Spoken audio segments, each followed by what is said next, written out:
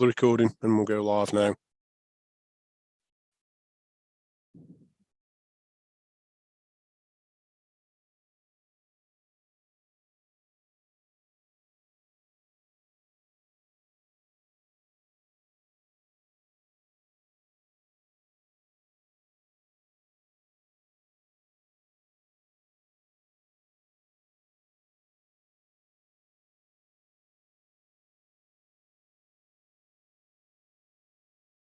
To Newcastle Borough Council's Cabinet meeting today. Welcome to Cabinet members joining us today. I have Councillor Trevor Johnson, who's portfolio holder for Environment and Recycling, Councillor Jill Heatham, portfolio holder for Community Safety and Wellbeing, and also Councillor Jill Waring, Cabinet member for Leisure, Culture and Heritage, and Deputy Leader Councillor Stephen Sweeney, title too long to describe. And then also I'm Simon Tagg, Leader of the Council. Also welcome our officers here today as well, and also any members that are joining us online, also members of the public that will be watching on YouTube. If you want to see the agenda, a link to that is in the description underneath the video.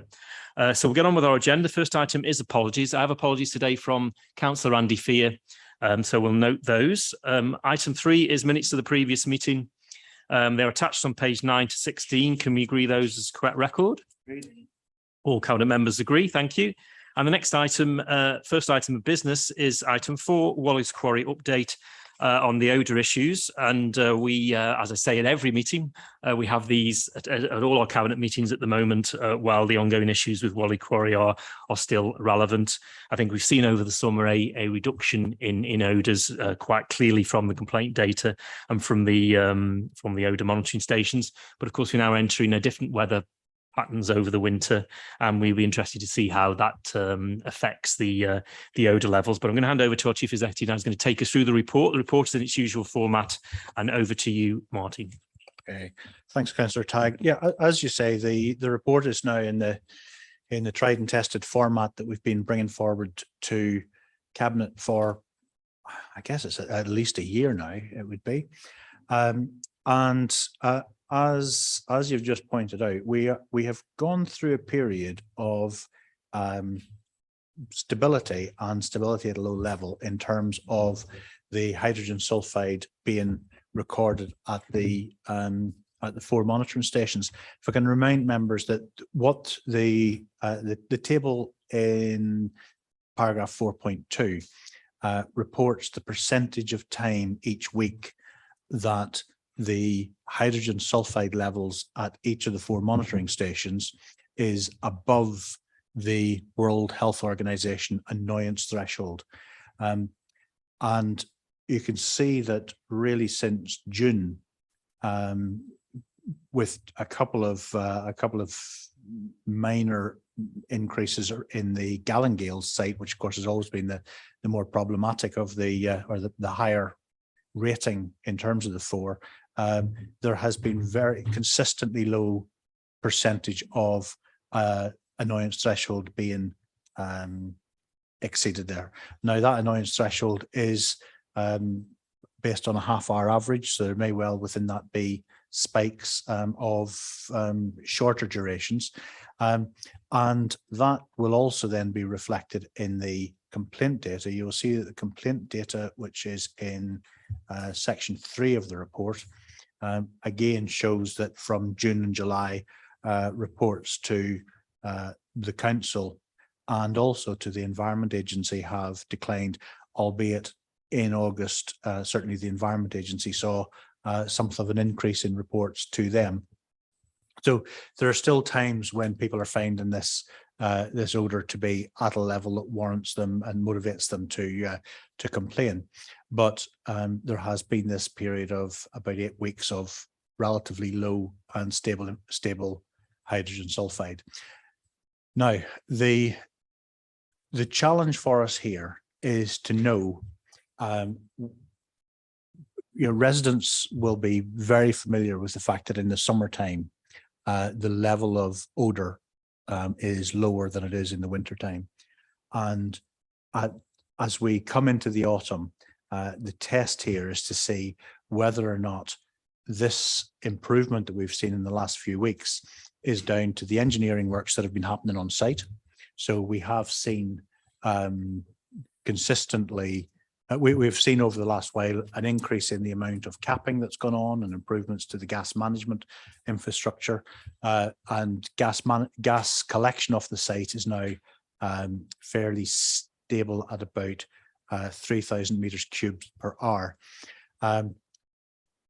So it may be that the improvement is down to the engineering works. It may be that the improvement is down to the very warm weather that we've had for quite a time over the summer, or it may be that it's actually some balance of the two. So as we get into the autumn, our fingers are crossed that we continue to see this low levels of complaints and low levels of hydrogen sulfide. This really is the test now, because as the weather changes, we will see the extent to which the improvements that have been identified are down to the engineering works or are down to the weather. So that is essentially the picture as it is at the moment. Thanks. Thank you, Martin. Yeah, I think a big test coming up over the next few weeks. I think for this company and the actions it's taken, whether they've actually made the significant difference, and also the long-standing difference which we all want of reduced odour levels. I think also a test again of the EA's regulation of this site, whether they've done made the right calls over the spring and summer to help us to get to a place where people aren't constantly having to smell this odours and stink, and also that they then don't have to report, and also crucially that the monitoring stations do continue to show a low level. Open it up to cabinet members for any comments on the current state with complaints and air quality monitoring. Steve. Yeah, thank you, Leila. Yeah, I think it's very much a steady as you go report, that, Martin. I think it's just carrying on. I must admit, I live in Clayton, and we've not smelled anything in Clayton for a good few months now. However, I think it's worth noting that with the raining coming, I've got an allotment at the back of the site, and I was driving home the allotment last night, and I could get a definite whiff as I was driving up Cemetery Road. So it's still there, I think, but it certainly appears to be more contained. And exactly, I'll just repeat what you say, really. See when the rains come now and see what difference it makes. But it's still there, and it was there last night, and I think you'll hear from somebody else it was there this morning as well. Thank you, Martin.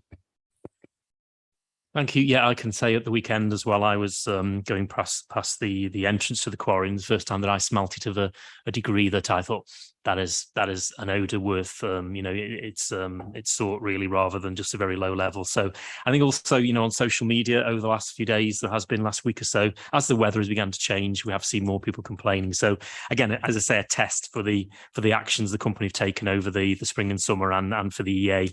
And let's hope we're not just back to square one in the autumn. I think just a point we need to touch on as well, Martin, is obviously the abatement notice process, which is detailed under 2.1 onwards, 2 onwards, and I think we're aiming towards this court case later in the autumn, and obviously the council will continue to do its part of holding this company to account through that process. But open to touch any other comments from cabinet members before we move forward?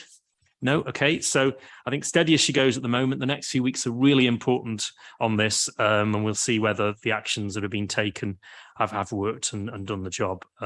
Indications are of the summer that they have, but we have a changing situation as the weather changes over the autumn. So Cabinet's recommended that we note the report and the update from our officers. All agreed? Thank you.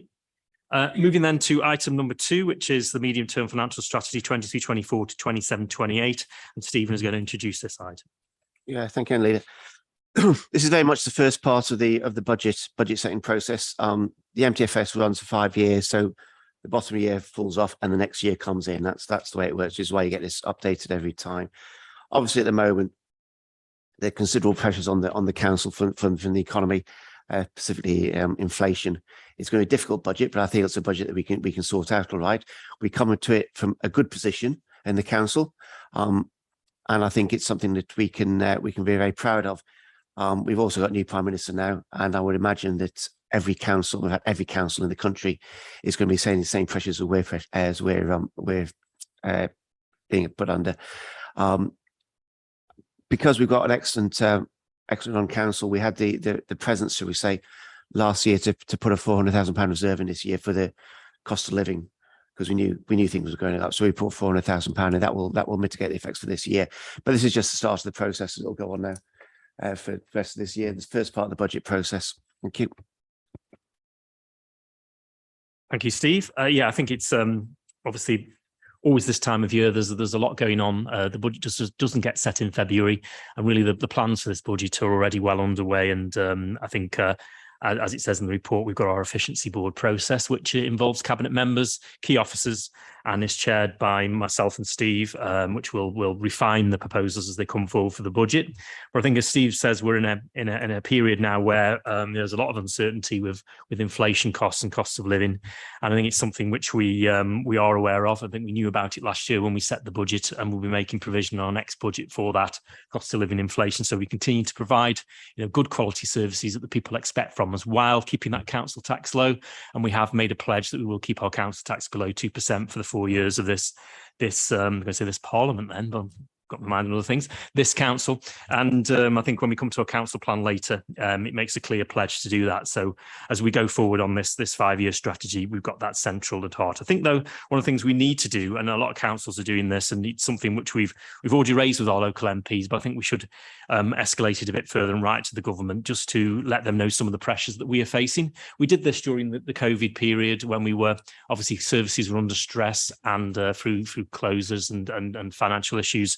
And the government listened to us then, and obviously made sure that local government and councils were financially sound. And as we've seen recently, councils that are going into serious problems over the issue with finances. I think we need to, and for yourself, Stephen, to write to either the Chancellor or the new incoming Prime Minister. I think she's already kissed hands, so she is our Prime Minister now, to raise some of the issues that are affecting us. That's not only the inflationary pressures on the services we provide day to day, but also the inflationary pressure on some of the investment and regeneration projects, which inevitably is going to happen. And of course, we are the beneficiaries of large sums of money through the Future High Streets Fund and the Town Deal. But each week, as inflation rages, that is being eaten away at, and we need to ensure that the government takes that into account in their funding for us. So we want to deliver that once in a generation regeneration projects, which we're talking about. We don't want that to be less than we would have had if there wasn't wasn't for inflation. So I think it's a good MTFS. I think it's the first start, as you say, of a path towards setting our budget. And we've got some recommendations before us, is that we note obviously the funding pressures as detailed in the report, and that we agree the approach regarding development of savings and income generation proposals in the medium term, which are detailed in the report, and note the continued uncertainty regarding the medium-term financial strategy relating to obviously COVID-19. We aren't out of the woods there and yet, but also the cost of living results of the lockdowns and the wars are going on around the world affecting energy. So I'll move those recommendations. All agreed? Agreed. Thank you. Next item is item 6, the Council Plan 22 to 26. And of course, I'm really pleased to put forward our new council plan, setting out our key visions and priorities for the next 4 years. And also touch on some of the achievements we've had over the last 4 years, which have been, sort of game-changing for our communities, particularly, for example, Kidsgrove Sports Centre reopening and a facility for sport, leisure and health and fitness in Kidsgrove that have been taken away from them has now been redelivered over the last 4 years and opened just in July. And our new council plan as we go forward is based around providing good local services, a prosperous borough, and a safe and welcoming place for all. And obviously focusing on our town centres as well. And we've got 4 key priorities to achieve that. One is one council delivering for local people. 2 is a successful and sustainable growing borough. And then a healthy and active, safe communities priority. Then also town centres for all for our Kidsgrove and Newcastle town centres. And it does carry on and fits snugly with our previous council plan, which expired this year. And we've had loads of successes, which are detailed in the report during that period. Now, this council plan covering the period up to 2026 reflects the elections we've just been through in May, and the Conservative group, our group, securing a majority on the council at an election for the first time since the 1970s. So what we went out there and we put in our manifesto to people of Newcastle, we are now delivering in our plan. And I'm really proud to bring this plan forward today. And I think it speaks to our ambition in continuing to regenerate our town centres so that they are fit for the future and make our environment more sustainable and continue to provide really good public services as we move forward. And we are, of course, as I just said under the previous item, the beneficiary of significant amounts of external funding. And that shows the confidence that the government have got in Newcastle that we can deliver. We've already delivered on the advanced town deal money. We're now delivering on the future high streets money. And we're also, got the business cases in and the go-ahead from the government to deliver our town deal funding in both Newcastle and Kidsgrove. And we've already delivered on a key element of that, probably one of the first bids that went into the government, which was Kidsgrove Sports Centre. And that now, as I said, is open to the public. And I think we're going to witness some changes across the borough for the better in the future with the redevelopment of the town and with also the redevelopment of Kidsgrove. And it is my priority and this administration's priority to take full advantage of this once in a lifetime opportunity for our borough. I think looking back, we have come through COVID and the upheavals that caused us during the last couple of years, during the last plan. And what we called our plan was to get back on track. I think we've done that in all of the areas of the council's business. And now we need to move forward under a new council plan to take us to the next level for that one council that's delivering for people throughout. And working with our partners, we've reset the relationship with all of our partners in the borough over the last 4 years, whether that be Aspire Housing, we're working very closely with not only on the redevelopment of the Rycroft, but in providing services that impact their residents in the rented accommodation across the borough, working closely with the county council as we've never done before, hand in hand on regeneration, whether that be in Kidsgrove, whether that be in the town centre. And also working together with them on the environment, because we've set our goal of being a carbon neutral authority by 2030, and we have plans within our council plan to do that. And also through working with our partners across the county through the Sustainability Board, make the pledge to make the county a carbon neutral county by 2050. And Newcastle will play its part. That's everything. That's not just council services. That is across the board. And we're working with them and others to achieve that. And also working with our towns in our town centre, with our town centre business improvement district and the police to improve the town and also community safety in the town.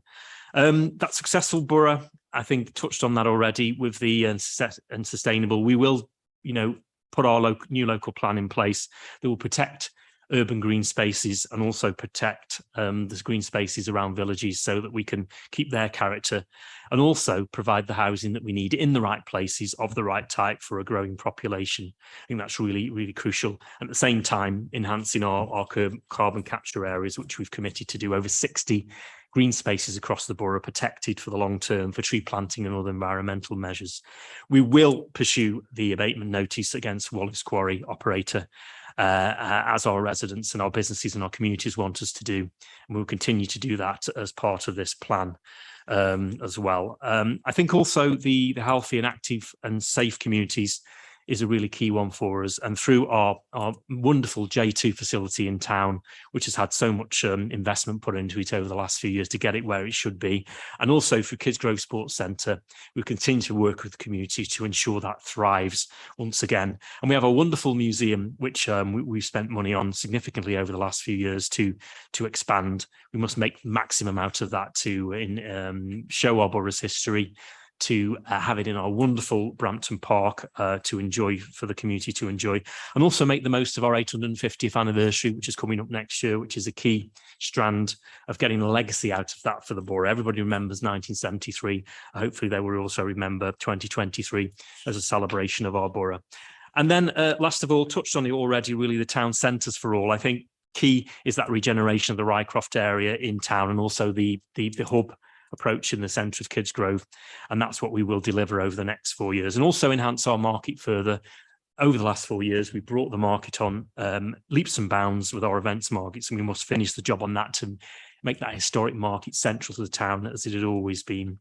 And I think a good plan, I think it's a plan that really stretches us, and we do have an indicator set which is attached to the report, which will be scrutinised by our scrutiny committee finance assets and performance, and I think it really stretches our targets to we've come a long way in 4 years, and we want to go even further in the next 4 years with a good council plan that I endorse today, and open up for comments from cabinet members. Bring in Steve first. Yeah, thank you. I think when you read this plan and you read all the achievements this council's done in the last few years, it's absolutely phenomenal. Where you think where we were, with all the COVID pandemic and everything else, the progress this council's made is staggering. My particular areas, I'll touch on these if I can. The blueprint for the Rycroft, redevelopment of York Place, delivering the town deal for Kidsgrove, delivering core services to a higher standard, balanced budget through strong financial generate income through commercial developments, deliver £16 million Kidsgrove town deal, £23 million Newcastle town deal, 4.8 million UK shared prosperity program. Now, the reason that the government has given this money, one of the reasons, is that I think it trusts us. It trusts us as a council. It's a well-run council, and I think it delivers to the people of Newcastle. And I think we spend the money well. Another interest, support development of Kiel sites and Innovation Park and the University Growth Corridor. And I know the council is always enthusiastic about our market, especially our artisan market. And what a difference that makes now on a Sunday when that's going and the place is full, and on Bank Holiday Monday when it was an extra one put in and the place was heaving. You give people what they want and they will come. And I think we're doing that, and I think it's an excellent plan. It's a lot in there that we've got to be very, very proud of. Thank you. Thank you, Leader. You've touched on Kidsgrove. I'm very proud of what's happened in Kidsgrove. I think this plan is delivering. You mentioned the sports centre, which is open now. It's absolutely fantastic. It's the people sorely miss that leisure centre. It's back in action now, and it's fabulous. The other thing we had in Kidsgrove during the last 4 years is the fantastic BMX pump track, which is in my ward. I still get a thrill every time I pass it in the car and see all the youngsters, families and whatever on there, and it's very well used, and I think it's an excellent facility. The museum, of course, the redevelopment, it couldn't be better than it is at the moment. It's going from strength to strength. The numbers are coming up. It's a fabulous place to visit. It's probably the nicest place in the borough at the moment. And I'm very proud of this plan. I'm proud of the achievements, and I do think that we have met the priorities. So I'm really, really pleased. Thank you. Jill, over to the other Jill Heason. Thank you. Yeah, as part of the plan, I'm quite pleased that we've done quite a lot of work with the CCTV in the town centre. It's installed around the town and in the subways, and that's had an effect on antisocial behaviour. The enhancements of the subways particularly, they're a lot more pleasing now to be walking through. We've got a lot of partnership workers working to a harm reduction hub that's having quite positive indications going forward. So particularly with the police, we've got 5 response teams, 3 neighbourhood teams, 15 problem solvers, quicker responses, and quite a lot of good partnership working at these vulnerability hubs. We've also got 10 local harm reduction hubs, which I think are all going through really well, which is positive news for this. Jill, Trevor. I'll just echo what Steve is saying there. And I go back 6 years, and I think when we sat in that chamber, we didn't have control, and it was always doom and gloom and cut this and cut that and cut the other. So to where we are now, I think is fantastic. Thank you, Trevor. I think to keep us on track with this council plan requires obviously a well-run council and an evolving council. And under my portfolio is the One Council project, which we embarked on following the COVID lockdowns and the different ways of working, which we've adopted and taken forward. I think delivering that agenda is key to us not only balancing the budget, but also delivering on the other priorities of these. So a really important project that we take forward and is central to our council plan. That's why we put it in the name now of the first portfolio, One Council, delivering for local people. And I think getting our workforce and the skills and the opportunities for them to advance in their work and succession planning and bringing new people in and keeping them in the authority is great, because I've always said that Newcastle Borough Council acts like a family, and that passion for delivering services for local people is something which we've really embedded in the council over many years, and we can take that forward in a changing and evolving time when money is going to be short. We're always looking at cost savings, aren't we? We seem to be, ever since I've been a councillor, it's always been on the agenda, but I think you're quite right, Trevor. There is a way of doing that, but also of improving services and looking optimistically to do that. And I think this plan does that and sets out ambitions to take it forward. And I really endorse it. So we got the recommendation for us that we approve the council plan 22-26, and then delegation with the chief executive, myself, just to do any necessarily updates to the draft and anything following the meeting today and anything that we picked up in the early draft. And then that is that I then present that to the council meeting at the end of September for members to have a say in a discussion about it at full council. So those are the recommendations. All agreed? Okay, thank you for that. Moving back to our agenda, we've got item 7, which is alternative fuels, recycling and waste street scene HGVs. And Trevor's going to introduce this. Over to you, Trevor.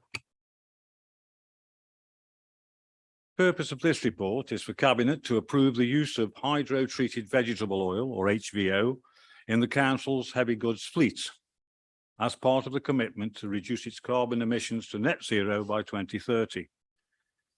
Energy and fuel are the biggest contributors to the council's current carbon emissions. Therefore, it needs to be our initial focus in looking at ways to reduce emissions.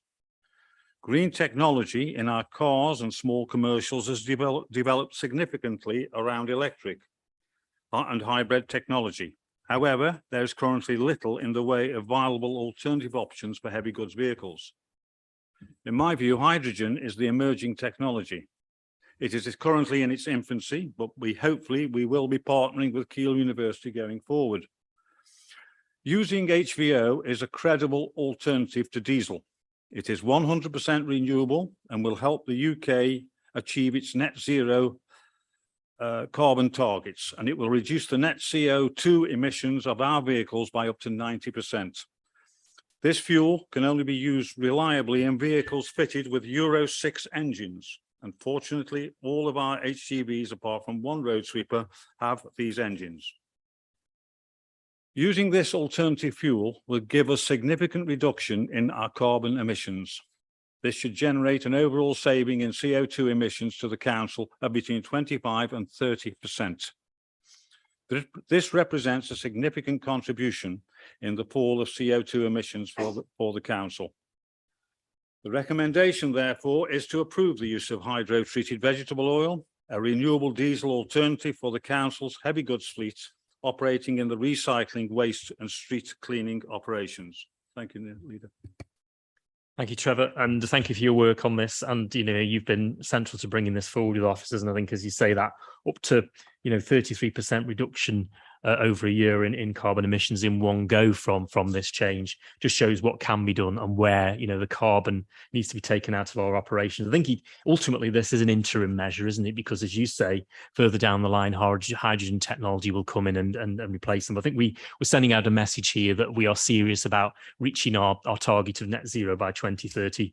It's key as to our council plan, which we've just outlined, and the key strand within that for our sustainable environment strategy is to tackle fuel usage, and the largest contribution to that in our carbon emissions is that fuel usage. As you say, you can take 33% of it out in one go by this swap to HVO. So I really endorse this, and thank you for your work and officers on it. And I ask for any other comments from cabinet members. Steve. No, I think no, I agree entirely. I think the future, like Trevor says, is hydrogen. I don't think it's electric. I think it's hydrogen, but the technology is not there, and this is an interim thing to show how serious about it. And we want to reduce our emissions. But I think the future. I think I watched Andrew Bird talk at the scrutiny committee, and he was talking about hydrogen then. And I think hydrogen is probably the future, but the technology is not there yet. So this is a good start. Thank you. Thank you. Any other comments? No, just before, I think obviously working closely with partners, we were able to achieve our goal of reaching net zero. And I think, Keele University is somebody we're going to be working with on this and other things to develop, particularly the hydrogen fuel, which is, as we say, is the long-term fix for this.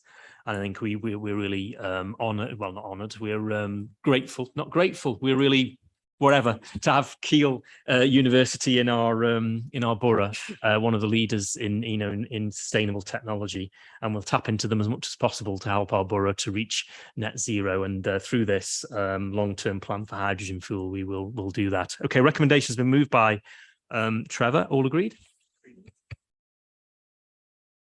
On to our next item, which is item 8, Disabled Facilities Grants Service from 1st of April 2023. And Jill Heeson is going to introduce this item.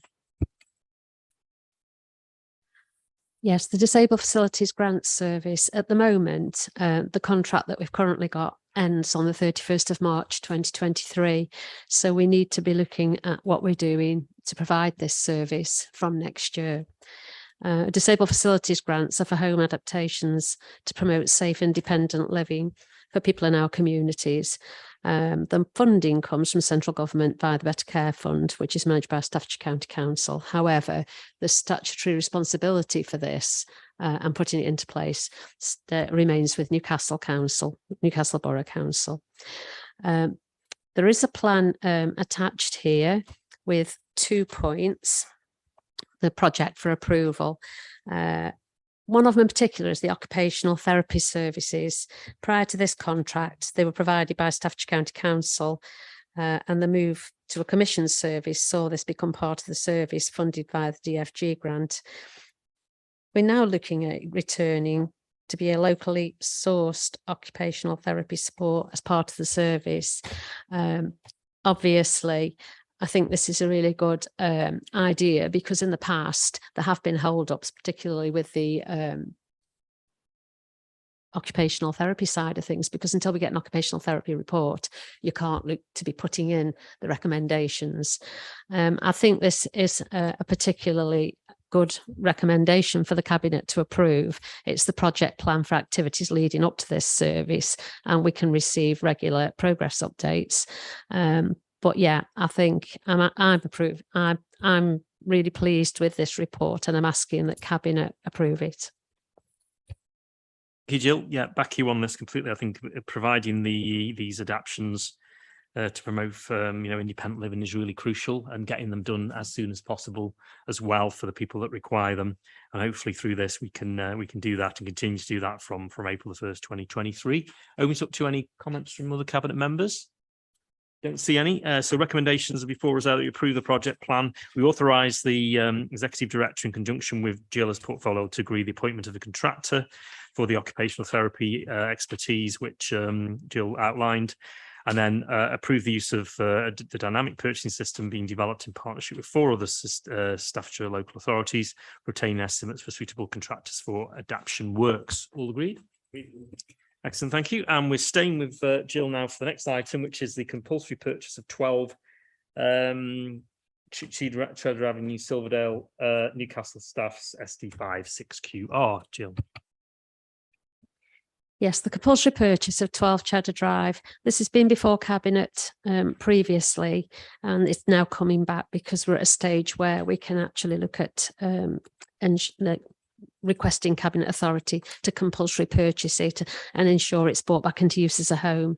There's been quite a lot of work done to ensure that there is no owner. So for this particular property, it's been left in a state of disrepair for quite a few years. There's no owner that we're aware of, and there has been quite a lot of work put into searching for an owner.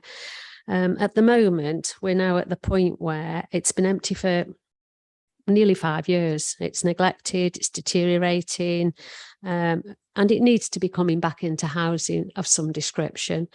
And there is a confidential valuation, but we can still make the decision today to compulsory purchase this property. I'm asking the council that they do support my request, because I endorse this, asking that we approve the subsequent disposal of the property through the most appropriate means to bring it back into some use in the community. Thank you, Jill. Yes, you did touch on there is a confidential item which relates to the valuations, which we come on to later, but we can, having seen those as Cabinet members, make a decision on this now. And the recommendation is that we approve serving the necessary legal papers to acquire 12 Cheddar Drive, Newcastle, through compulsory purchase part 2 under section 17 of the Housing Act, and approve the subsequent disposal of the property through the most appropriate means to bring it back into use as a home, as you say, for the community. Obviously, at the moment, it isn't something which is an asset to the community. So unless there are any other speakers, move those recommendations. All agreed? Thank you. Next item, item 10, is the financial and performance review report, first quarter, April to June 22 to 23. And first of all, hand over to Stephen for the in-year financial update. The most salient part of this really is that at the end of the first quarter, we've just done the general fund budget shows an adverse variance of £129,000. However, as I touched on before, I think this council could see this coming down the track. So we put a £400,000 reserve, cost of living reserve, against this to cover this off. So that plus some new homes bonus money, plus some old COVID money we got, will make sure that at the end of the year, which is what people are really interested in, this will be a nil variance. We're back to where we should be. Thank you. Thank you for that. And I think, yeah, that decision we made back in February to put that money aside in the cost of living fund was really crucial. I mean, inflation was just beginning to get going then. I don't really, the war in I think Ukraine started a week after we set the budget, and things have accelerated massively since then, but that has stood us in good stead. I think when we're setting the budget next year, we must look again, and we will be looking again at putting aside money for, inflationary pressures, which could be even worse next year. So thank you for that update. But encouraging news that we will end the year in a balanced budget, and we have plans to do that with you working night and day, Steve, which of course you always do, Steve. Okay, let's look at the performance data, obviously for the first quarter. First, go through it page by page as we do. First priority in the old priorities now, of course, because we have new priorities for the third quarter, but not the second, under our new council plan, is the local services that work for local people. And looking there, we've got a whole raft of environmental and recycling ones there. Trevor, anything to comment on that? It seems to be a good performance. Sorry, Leader. Yeah, excellent report, actually. I'm delighted with it. Please, Trevor. Thank you. Down again. And next one is a series of ones in customer services, which I think are keeping on green, which is what we want to see. Digital transactions, number of calls answered, and percentage of resolved at first point. I think we had some issues in the last quarter because of the changeover to the one front door, but that is bedded in quite nicely now, and we've seen some of the benefits of that. And of course, those the new website with those views, obviously more interactions can be made by the website, so improvements there. Stephen, you got a number on revs and bends there? Yeah, we've got two on target. One is very slightly off, but a quarter ago it was two very slightly off, so that's better than that. And it's on the way. There's very, very, very slight amount of shortage, but I don't see any problem at all with that. Okay, thank you. Over the page, the only red showing up, it has been for the last few quarters, is the sickness per employee, and I think we've been sort of mired in COVID consequences. And I think also during this quarter, COVID was dropping back, but more people were interacting and coming back to work and socializing. And I think other colds and other things took over that led to some sickness as well. So that, again, we monitor it going forward. But I think we are in the circumstances we were in. I think it could have been a lot worse, the sickness over the period of the whole COVID pandemic. But we are seeing our way through that now. I think nothing else to comment on the rest of page 75. So we move to the second priority, is growing our peoples and places. On behalf of Andy, I think just to point out again, we've got some good performance in the planning area, whether it comes to the way we do our planning applications, whether they be major or non-major, or on track and on green. And also our just one covered by you there, Steve, is the percentage of the investment portfolio vacant, which is low, so that is good. Any comments? No, that's good. Okay, moving over the page now to healthy, active and safe borough, starting off with Jill Heasom on a couple of community safety indicators there.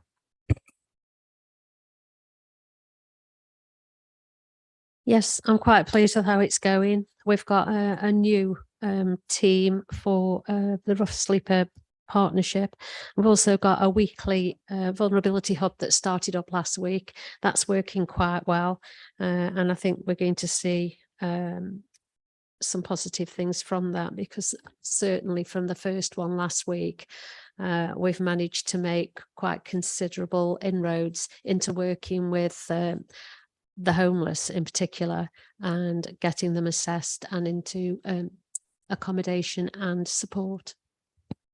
I think just on our town centre, I mean, I've obviously we've got a new police commander in place, and I think he's really sort of bedded in really good now with his team and the extra officers he's got in the neighbourhood team. I think we are seeing some good results of that in the town. Also, I've seen some good complimentary comments from the public to the police as well over there, which, you know, it shows we are possibly turning the tide, I think, at the moment. I think it's keeping particularly some of the antisocial behaviour elements and the rough sitters off the street, while dealing with the genuine homeless who we are doing through the other plans which you've the other actions which you outline there in your portfolio, Jill.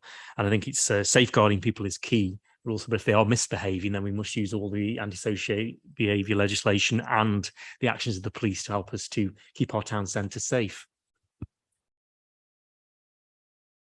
Next one, portfolio area, which is Jill Waring's culture, arts and leisure. Thank you, Luda. Yes, culture and arts. The museum, the results are green, which is good. It's on or above target. Had a very busy, safe summer this time at the museum. The visitor numbers are rising. It's going from strength to strength since the redevelopment. It's very popular.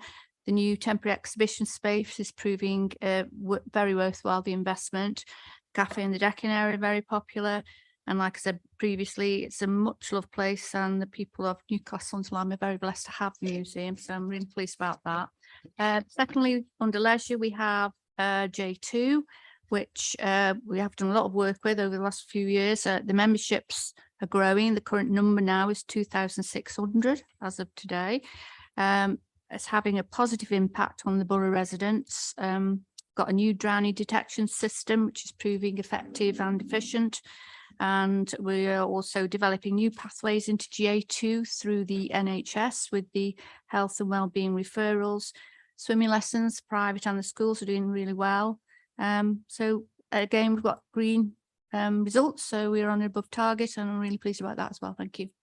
Thank you, Jill. I think those two areas in your portfolio were probably the worst affected by the lockdowns, complete closures. And, we used the closure of the museum to our advantage, because we were obviously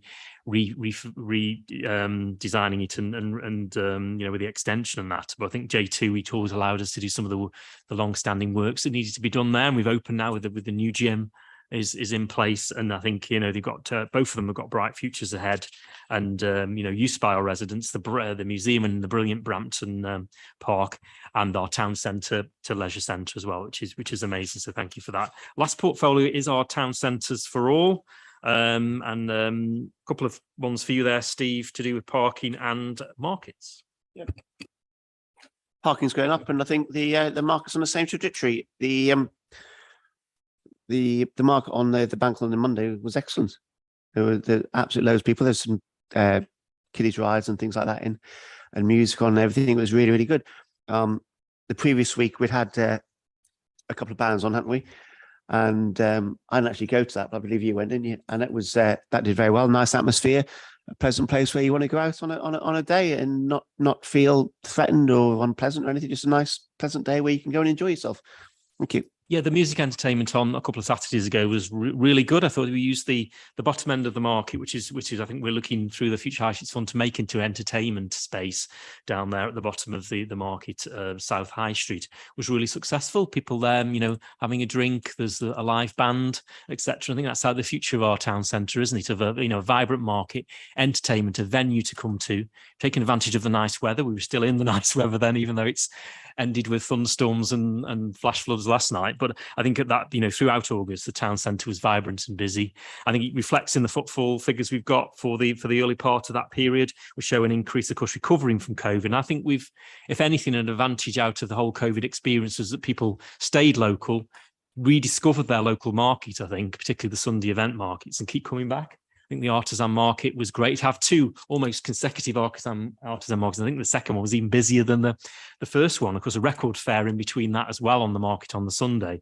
And I think it's absolutely, it's what this town should be about, and it's what we want to bring on. I think we will see the benefits of the through the footfall and the people making money at the market and actually using it as an income, and hopefully expanding their market businesses as well, and probably taking up more stores. So that is something, and also encouraging more people into the market trade, that it is a future. If you become part of an events market, there is a future in being a market trader.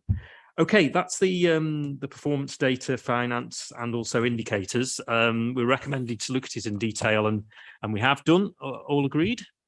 Thank you. And the next item is item 11, which is the forward plan, which is attached just before the confidential bits in our papers. So we'll go through that page by page as we usually do. Page 1, which is 92. Page 92 covers the September cabinet meeting, which we've got all of those items which we said we were going to do. We brought to them. We have a special planning cabinet meeting to do with the local plan in October. And then over the page, we have an October cabinet meeting on schedule on the 18th with a number of items there. And then we have our November cabinet again with that. A lot of budgetary issues coming to the fore in the autumn as we look to set our budget, but also updates on Walleys Quarry, which are always important, and also feedback on how it's going with Kidsgrove Sports Centre. Do we agree those as a forward plan? Thank you. Item 12 is urgent business. Haven't received any. And I will also say item 14, the last item we talk about is attendance at cabinet by other councillors or members of the public. Haven't had any of those, but now we will move to our confidential item, which requires the disclosure of exempt information. The resolve that the public be excluded from the meeting during the consideration of the reports because it's likely to have disclosure of exempt information as per paragraph 1A, schedule 12A, as amended of the Local Government Act. So we'll go into private and turn off the webcam, and also ask our Sentinel report. And there you go. And ask our Sentinel reporter to leave. Thank you. Yeah, the live stream's now stopped.